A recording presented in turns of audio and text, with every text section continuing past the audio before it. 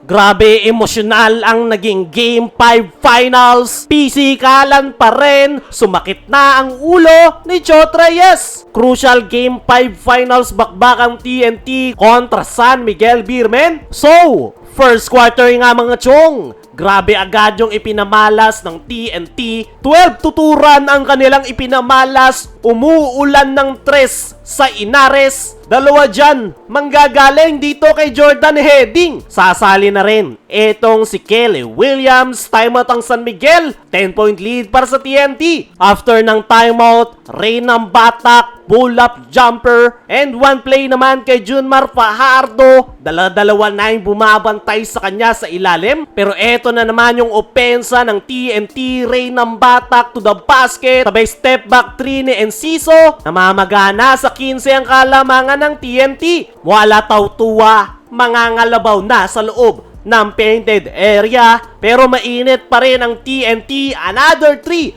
from Kelly Williams. Binunot na ni Coach Leo si Japet. Ay Este Rosales, pull-up jumper. Ganda ng depensa ni CJ Perez. Tomahawk dunk para gisingin ang kanyang kupunan. Baba sa 11 ang hinahabol ng San Miguel. After that timeout, Poy Eram, ganda ng pagkaka-reverse sa ilalim. Aatake naman sa kabilang dulo etong si Moala Tautua. Dito na nga gumana yung opensa ng San Miguel Beermen. 7 straight points kasama yung 3-point shot na yan ni Don Troliano. Susubok na kumounter ang TNT Galinato. Dadagdagan pa sana ni Kubuntin pero huling-huli siya ng depensa ng San Miguel. Kaya natapos ang first quarter 29-19. 10-point lead para sa TNT. Pagpasok ng second quarter, etong si Henry Galinato ang unang bubutas. Pero 9 tuturan ang sagot dyan ng San Miguel. Ganda ng hanap ni Bronjal kay Tautua. 3-point shot naman etong si Mini Japet. This time si Bronjal nang aatake to the basket. Nakaagaw pa ang San Miguel. Itatakbo na yan ni Jericho Cruz. Timeout ang TNT. 5 na lang ang hinahabol ng San Miguel. After ng timeout, agad na nag-respond ang TNT. Sinausaw pa ni Jordan Heading. 9 straight points ang ipinamalas dyan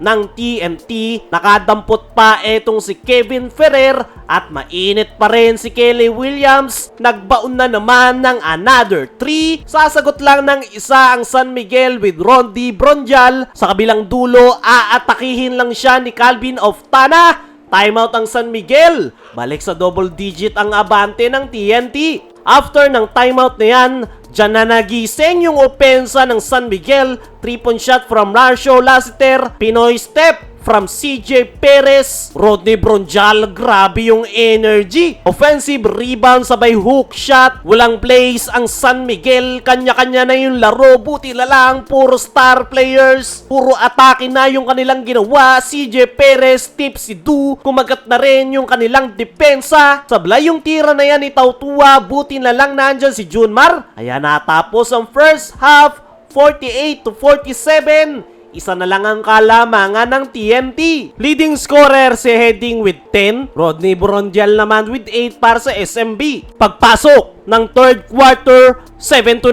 run ng TNT. Junmar mangangalabaw na. Marcio Lassiter magtatala ng 5 straight points kasama yung 3-point shot na yan. Timeout ang TNT. 6-point lead para sa San Miguel. After nyan, araw-araw Pasko talaga sa dalawang kupunan. Tuloy yung kanilang bigayan. Kiskisan si Chris Ross at Nambatak. Si CJ Perez naman ang bumagsak sa kabilang dulo. Under 8-minute mark nang makapuntos na ang TNT. Pull up from Oftana. Pero nasa San Miguel ang momentum. Power move si Junmar. Pero pagtapos niyan, bagsak siya kasama ni Bronjal. At tapos yung extra tulak na ginawa ni Poy Eram. Matatawagan siya ng technical foul. Lumobo na sa 10 ang abante ng San Miguel. After niyan, ganda ng depensa ng SMB.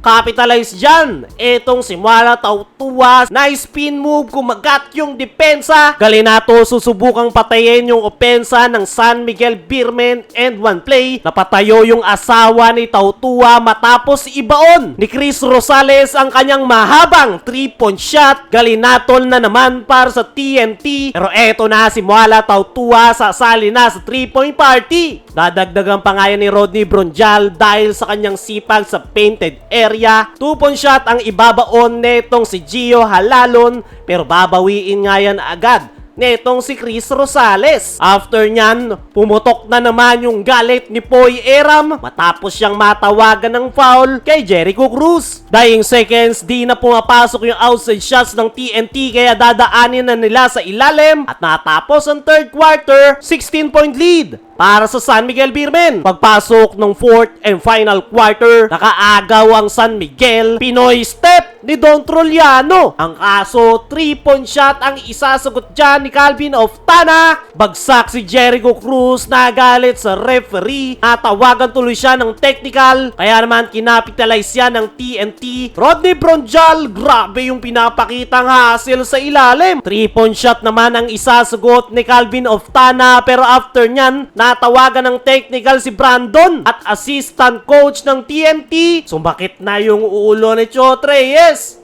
Henry Galinato ang bumubuhay sa TNT. Foul out na si Brandon matapos sumabit kay Chris Rosales. After niyan nakadampot sa ilalim si Don Troliano. 11 ang abante ng San Miguel. Unsuccessful challenge. Ito na naman yung sarcasm clap. Rodney Bronjal pinulikat na, nagbaon pa ng 3-point shot. Nagsunod-sunod na yung opensa ng San Miguel Beermen. Kaya naman sila ang pupuro ngayong finals.